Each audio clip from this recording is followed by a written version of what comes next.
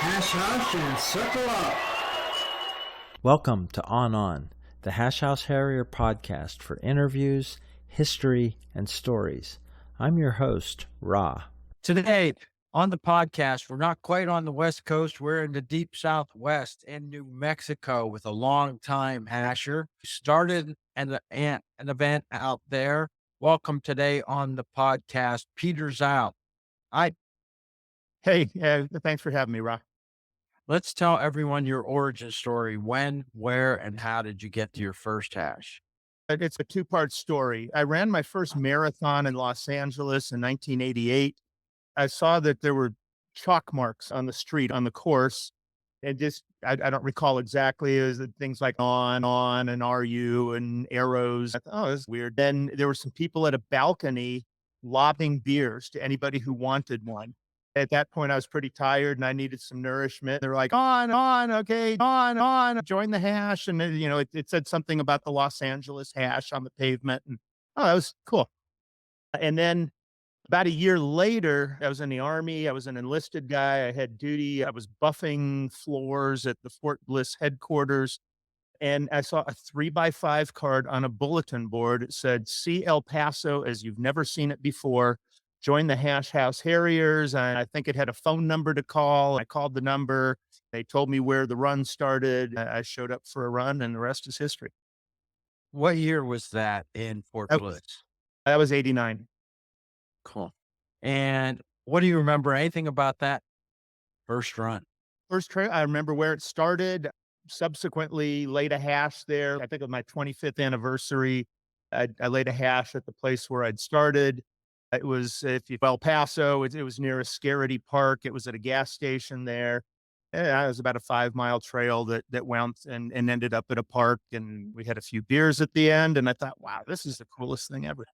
What was the environment like for hashing in El Paso then at the end of the 80s in terms of shade, what the restrictions on outdoor drinking and that kind of stuff? What was it like? I think it was probably illegal to drink in the park that we finished at, but nobody really cared and it was not a big deal. We occasionally ended at schools or places where it was forbidden, but I think everybody just kept a low profile and it wasn't a big problem. We did get chased out of parking lots every once in a blue moon. Just there was something that somebody owned or something didn't want us there, but it was a bunch of mature people. I think the founders of the El Paso hash, Little John was our leader at the time. I don't think he was formally the GM, but he did everything. He was the beer meister and the hair raiser and everything. He was an Air Force instructor at UTEP, University of Texas, El Paso. And he was active duty Air Force. And so there were a bunch of pilots and then doctors from William Beaumont Medical Center were the founding fathers of our hash. They weren't a bunch of idiots and they knew to keep things cool. You had run a marathon a year earlier. Where were you in the pack and what kind of pack was it? Were there any walkers or was it all runners? I don't think there were any walkers. There were runners of varying capacity. There were some people that were on the heavy side that took a while, but I don't think anybody was walking back then, like it's more the norm now.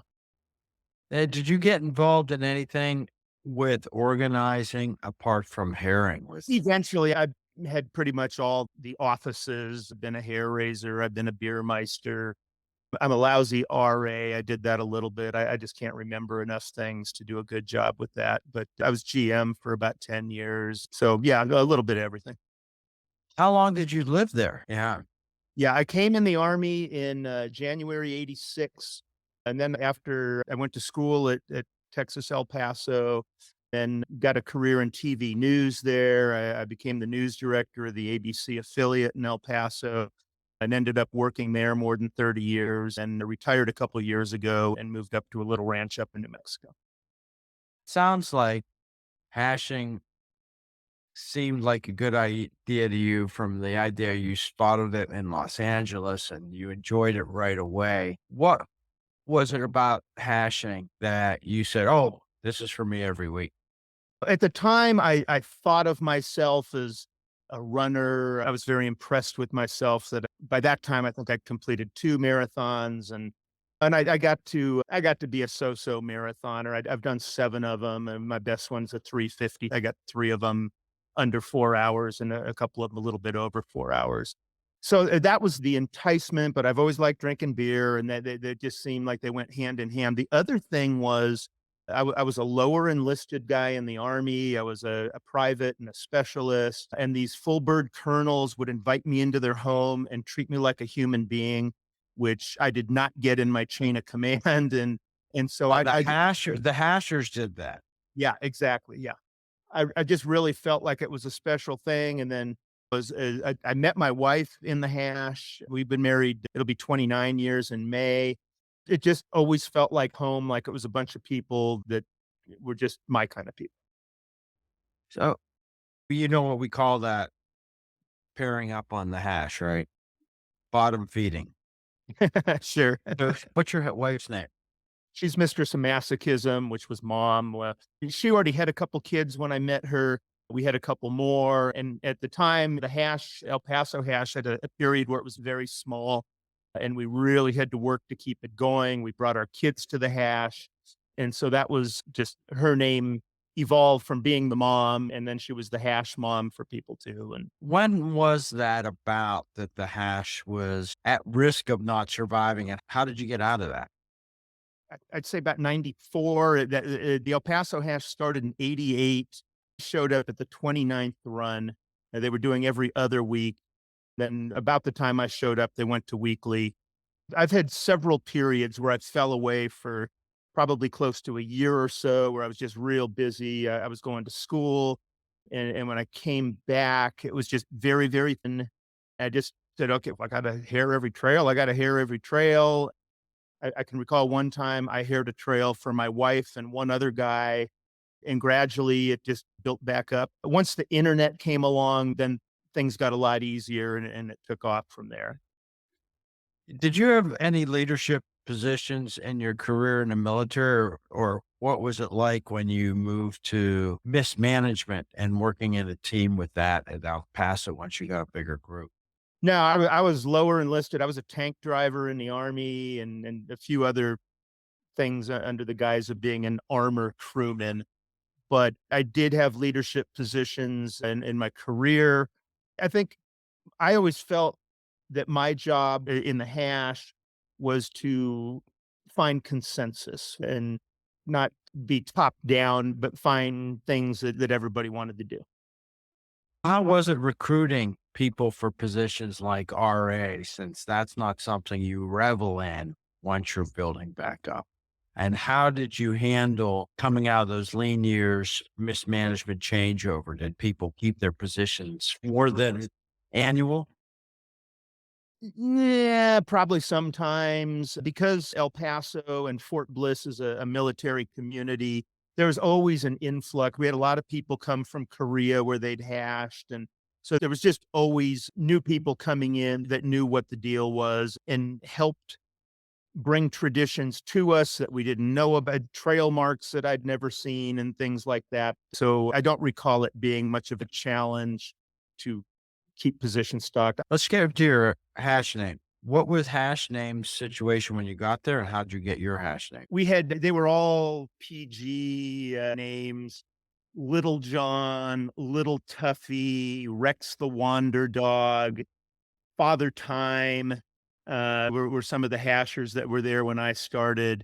Hash names eventually got further and further out there a little bit to the point where you couldn't tell them to coworkers, where at the beginning that was fine. They did not explain to me what my name, I got sent away in a circle after I'd been hashing for a couple months. Then they called me back. They named me Peters Out. They did not explain why. My theory is somebody said, "Oh, he's pretty fast," and somebody else said, "Ah, he peters out." And so that's my story, and I'm sticking to it, but I don't actually know. Yeah, that's not what we'd probably all guess.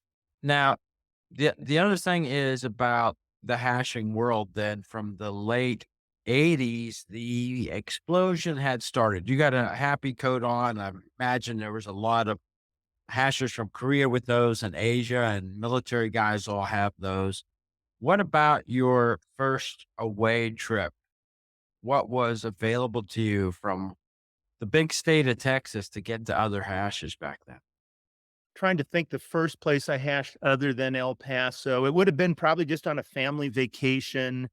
Hash was some of the San Diego hashes a few times. My wife was from North Dakota. We went up and hashed in Winnipeg a couple of times. So I'm really not sure which of those was first. Travel hashing to big events was something we didn't do much of because we had young kids.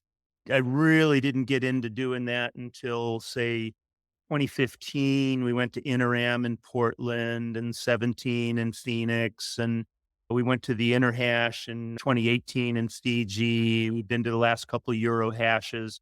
Once our kids grew up and were out of the house, and we had a lot more latitude to go do stuff like that. While you weren't going to events, you got started inventing and creating a event. What was the idea? What's the origin story? Tex-Mex Intercourse Hash Fiesta was what I originally called it. There was a traveling hash in the Southwest called the Iguana Hash that would meet 2, 3 times a year usually, and they'd go to Austin or San Diego, Las Vegas, whatever.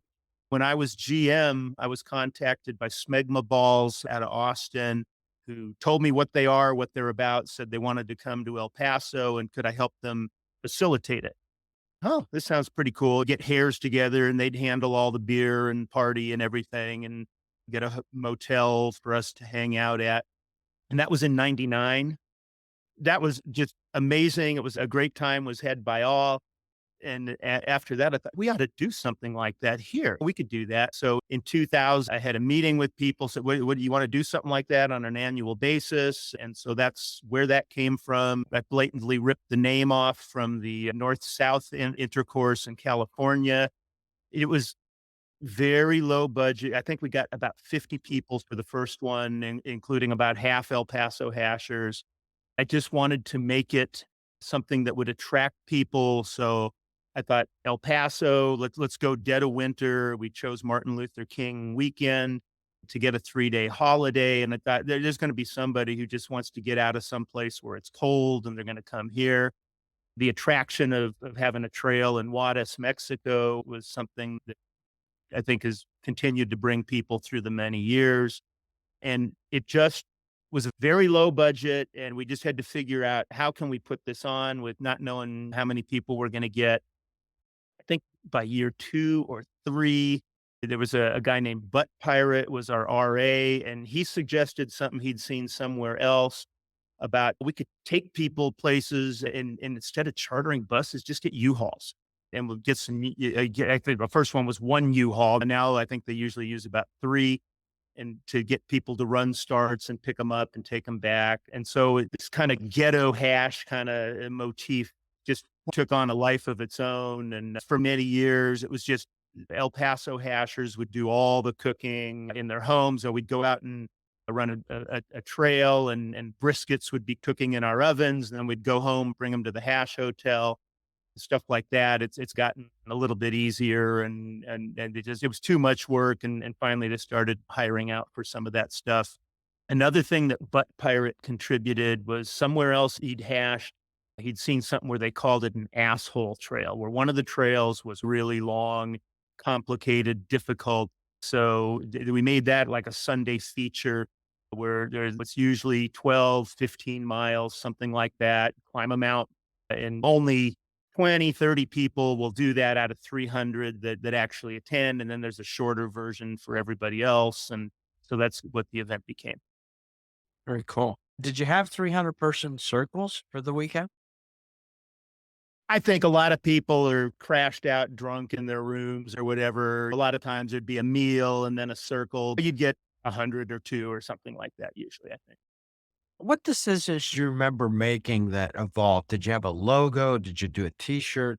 Did things change? Is there anything that said, we'll just change it in the middle, or have the traditions apart from it growing 5 or 6 times in size? Yeah. In the beginning, I did almost everything. People would volunteer. And I'd say, yeah, okay, you can lay a trail and yeah, oh, you're going to coordinate that dinner. That'd be super.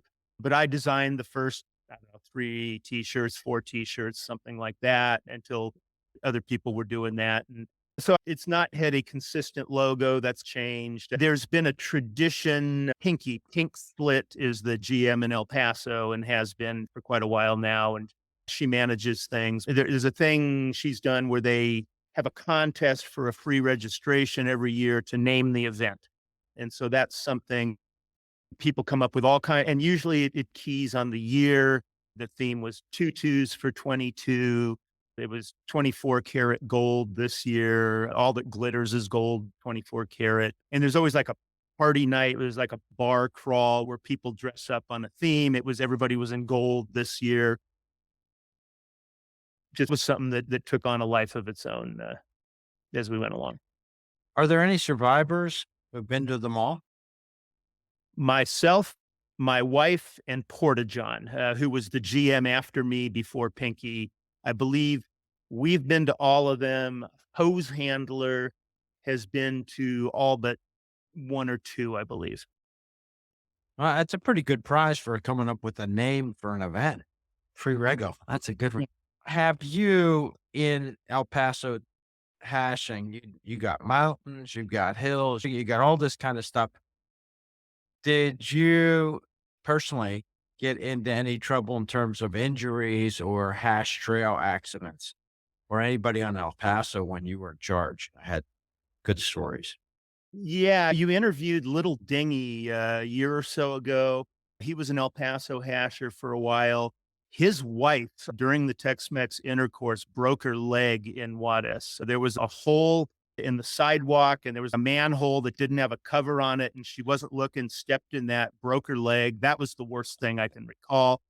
Usually during Tex-Mex, somebody goes to the hospital. We had a guy, somebody fell out of a tree one year. And so there's generally a little something like that. But fortunately, the worst thing I can think of is that broken leg. And Euro hashes are a little bit bigger than your event down there. And then, of course, inner hashes can get 5 times the size. What do you think about those big events? Do you like those? It sounds like that event you have is about one of the perfect size spots, size groups of people. But what do you think of the bigger events? Yeah, they're fun. One thing that my wife recognized was that it's a way to travel and there's always going to be English speakers around. There's always locals around who know things. And we always try to roll it into a trip that we'll spend 3-4 days at the event, whatever it is. And then we usually spend a couple weeks doing other things, either with other hashers or taking recommendations from other hashers. At the Prague Euro hash, we were going to go to Munich and then they were all locked down with COVID. Beefeaters suggested, oh, Budapest is my favorite town in the world. And we're like, I never thought about going to Budapest. Let's go to Budapest. And we had a blast there. So we definitely enjoy the big events. Some of the smaller ones were like Red Dresses in Phoenix or whatever. That's more comparable to Tex-Mex. You get to know a lot more people there. We everything and just try and pick and choose some good events that way. You had Phoenix nearby. Did you guys do your own red dress events? Yeah, they're not a big travel hash. It's just a Mother's Day thing every year. It's a hash, and we've been doing that since basically about the dawn of red dresses. And the lady in red did come to the El Paso hash one time before she passed away. So I got to meet her, and that was nice. Yeah, so that's a tradition, but it's not a big thing. There is one other significant event in El Paso called Hotter Than Hell. That's a weekend in August. Not quite the attendance of Tex-Mex. It's usually maybe, I don't know, 100 people, something like that, I'm guessing. But that's take over a motel and do some trails and drink some beer and take a dip in the pool after the trails. Before we talk about what COVID was like in that corner of the world, do you remember anything about the lady in red meeting? Do you remember I remember where the sequel was afterward. She was just introduced as a guest of honor. Don't recall if she was visiting someone there or what the deal was. I don't know, that was probably mid 90s or something like that. I'm not quite sure. Let's talk about COVID then. How did it impact the hash and coming out of COVID? Everybody had a different perspective on it. Some people wanted to hash and some people didn't, and it caused a devastating split in the El Paso hash where there were some people wanted to do trails, and I was the one who said, I'm going to lay a trail. Oh, no, you can't do that. We can social distance. There was some real negativity. And I said, okay, this will not be an El Paso hash sanctioned event. It's just people coming together to run a trail. Nobody has any culpability. And there were very hard feelings. They've all been patched up. The people that I got sideways with were good friends again. So it all worked out, but that was a challenging time. Yeah. How long did it take to ramp back up to normal? I want to say we started doing lazy circle. It used to be that no sitting in circle. And we just, okay, we'll all social distance. Everybody put your camp chair 6 feet apart and whatever. So I'd feel it was a period of a few months. We didn't do anything for a number of weeks, whatever it was. I guess COVID hit in March, I know it was hot out. So it was probably June or July when we started getting things back together. And I think by fall, it was running full trails again. So that probably seems like it was a long time ago. It feels like an eternity ago. Yeah. That's great. When did you start with your happy coat and what's your approach to what gets to be on there? I don't know, mid 90. We had a pipe cleaner had come from Korea and he knew somebody who could make these and he suggested that we get them. I think he organized that. And I'm the laziest patch whore in the world. I will collect 30 patches and not sew them on. And my wife will finally get out the sewing machine. Okay, give me the patches and she'll put them on for me. I just, I'm not very selective. The events I've gone to, those ones are important, but I put on just random things that I get here and there. Do you have all of the Tex-Mex t-shirts? Or you collected all that stuff? I am pretty sure I do. I don't have them all in one place. I don't think I would have gotten rid of any, so I probably did. Yeah. How often did El Paso go hashing across the border over the years? I can recall a few times other than Tex-Mex. Before Tex-Mex, it would once in a blue moon. Yeah, the giveaway would be the hair would say, "Well, bring your passport," and then you knew what was going on there. But pretty much, I think most of the time it's just once a year. And any white powder events in El Paso's history? Run-ins with the hazmat team? Yes, featuring yours truly. I was the hash after the 9/11 attacks. I was brain dead. It didn't occur to me that hashing through downtown El Paso through a police station parking lot was not a good idea. If somebody came after me, I got handcuffed and I was laying a trail live with flour, handcuffed on the hood of a patrol car for about 15 minutes. And the pack eventually caught up, and Shady Ball Spotter was an El Paso cop.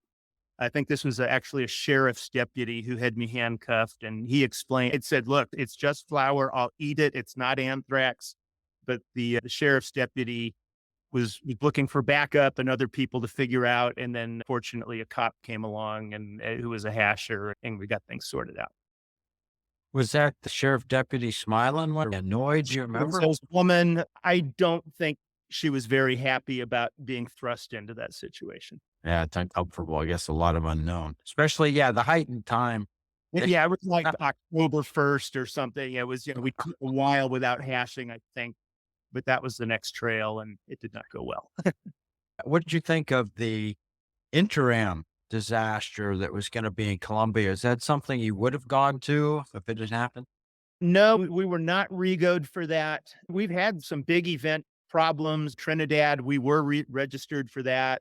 and I got a t-shirt out of it. But that was a very sad what happened with Medellin. And I'm always thinking we might not get our money's worth out of this when we sign up to go someplace.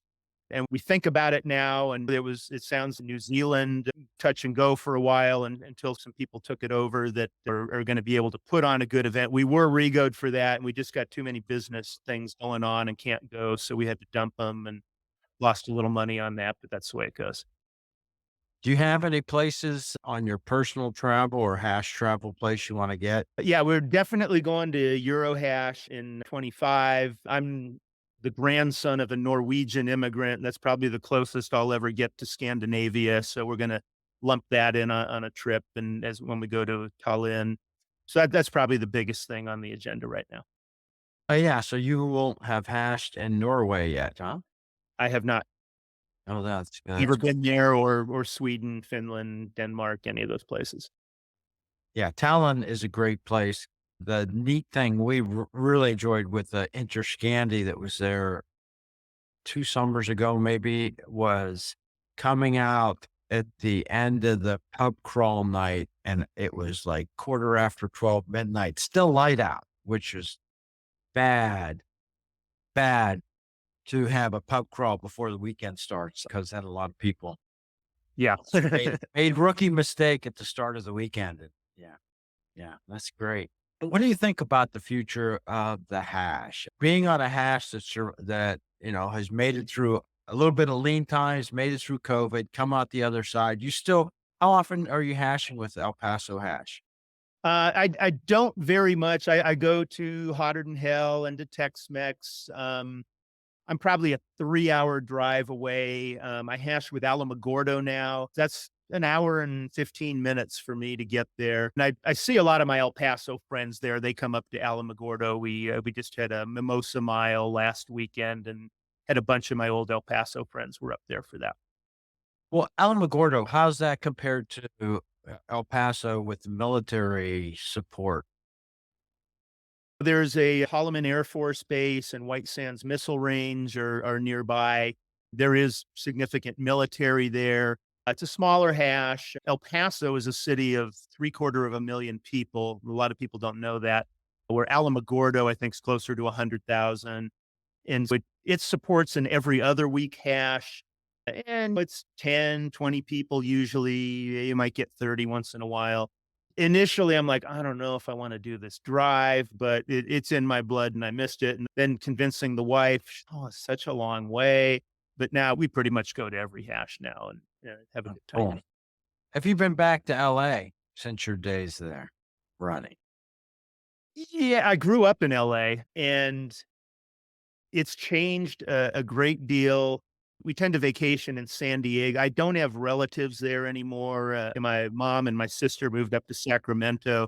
So I get there. I've hashed in Sacramento, but LA just with the traffic and Southern California in general with the encroaching homeless, yeah, you really have to keep your head on a swivel when you're out doing something. But we do like getting there. We like going to the beach. And so we try to probably get to San Diego more often, like once a year.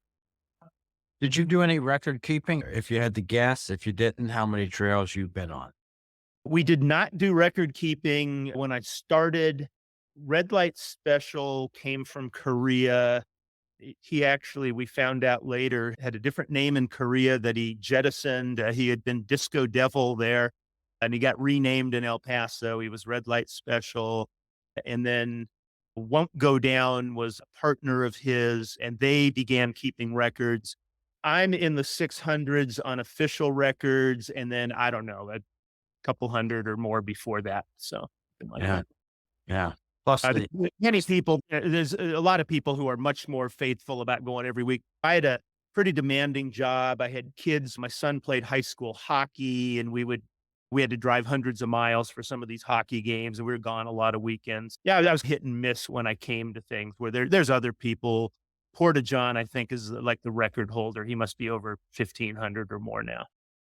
it's great. Because of your professional background, there's one project I want to help Neptunus with, and that is I think that we never had a proper documentary made about the hash with a professional filmmaker. And I always thought we could tell the hash story if we hung it on his recent hash museum and all that's going on with him, and then tell the story of hashing with that kind of as a base. And he says, how do we do it? I know Neptunus. Okay, yeah. There's occupies a Hawaii hasher. He works for the airline, so he's all over the world all the time. He has a niece who he said, tell her you don't think she could make the documentary. And now that might be the only way to, but do you have any contacts with anybody or any ideas on that? Maybe we can talk about it later. Next time I see you at a Eurohash or something, Neptunus will be there too, about how we could fund or find someone with a bit of passion. There was a hash slasher movie made. So there is a guy who is hashed who has skills, but not a documentary filmmaker. We don't know any. Yeah, it's easy. I did local television news. We did minute 15 stories. It's much easier than it used to be. When I broke in, you needed a $40,000 camera to shoot TV news stories. Many people work with iPhones now. And so you can do stuff with just user grade equipment. There's editing suites that don't cost much. I began as a reporter and photographer. I wasn't very good on air, and I ended up as a manager. And as far as writing, narrative construction, things like that, I think I could probably help you. Finding somebody who's a better editor than me would be, I think, something you'd want to do. That's just a skill that atrophied because I didn't use it for so long. From your position in that industry, what do you think about when the hash goes on TV, agrees to be interviewed, talking about red dress or just good or bad news stories that happen on hash? What happens to your skin when you see those things? I manage things fairly carefully, and I did a number of stories involving the hash. And then we reached a point where, I don't know, maybe 15, 20 years ago, the names could not be used on TV. And I just would not invite coworkers anymore because you just didn't know what was going to go on at a circle. And there's been this metamorphosis during the time I've been hashing. I'm not a prude or anything. I'm fine with how things are, but it's just different. I don't bring people from my professional world. I'm no longer working in TV. I own some rental cabins in nearby Ruidoso, New Mexico, and yeah, that's just something my wife and I do. So we don't have a professional circle anymore. Anybody who gets interviewed and sees a story almost always thinks in TV news, they didn't get the gist of it. They left out the good stuff. And there's just TV news is consulted to death. Even when I was a manager, when I was running the ABC affiliates news department in El Paso, I still corporate and there's the consultants and you got to construct things in a way that they want to. And so you never quite get things the way people would have them, I think. Yeah. So it sounds, if I asked you the different question, would you recommend hashers approach and try to get some PR on TV if they want to grow their hash or expand it? What's your idea on that? We did that when I thought, oh, I can do a story on this and it may be fine. I don't know if it did any good. I can't recall anybody that saw. There were 2 or 3 stories over the years, I think, that we did. And I don't know that it did any good. I think organic word of mouth is still probably the best thing. And then Right. there's social media is something that's sprung up that's a big part of it. That was 35 years ago that you got started. Are there any bygone hashers that you'd like to call out? Other people may remember any of the people that are a little bit older when you joined? Yeah, I already mentioned Little John and Father Time, and they moved on, and I've not kept in touch. I don't know where they ended up. Father Time, I think, would not be with us anymore. I'm pretty confident. He was probably about my age now when I knew him. One of my favorite hashers of all time was Tooth Fairy, not the one you recently interviewed. We had one who spelled his name Faerie, I think was, and this guy was a great practical jokester. He had a set of fake teeth that were rotten, and he stayed in character. He wore them the entire hash, and he'd just be goofy and smiling, and you'd be like, "What? This guy's got the most horrible mouth I've ever seen in my life." He was a Border Patrol chopper pilot who was killed. I'm told that it was a $10 part failed in his chopper, and he Wow. crashed on duty. They got this thing where you can put a falling chopper into a spin to minimize the rate of descent, and he managed to save his passenger's life when he was killed in that crash.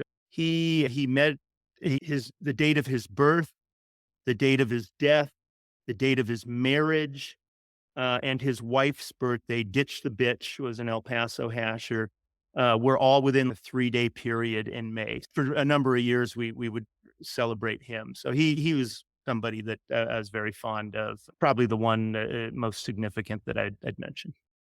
Yeah, that's a good story. Thanks for sharing that. All right. Anything else you want to get in here? I think we had a good session. No, I think you covered all the high points. I mentioned that I met my wife at the hash. We had El Paso's first hash wedding. There have been a number of them since then. We went up to a campground in Cloudcroft, New Mexico. It's about 9,000 feet there. Had a bunch of the El Paso hashers joined us there. It's been one of the most important things in my life, and it's brought me a ton of joy over the years. One last thing. Is the RA always right? Oh, absolutely. Okay. All right. Thanks for all your time, Peter's out. To close the circle, here's the hash anthem sung by Mother Hash. Swing low, sweet child.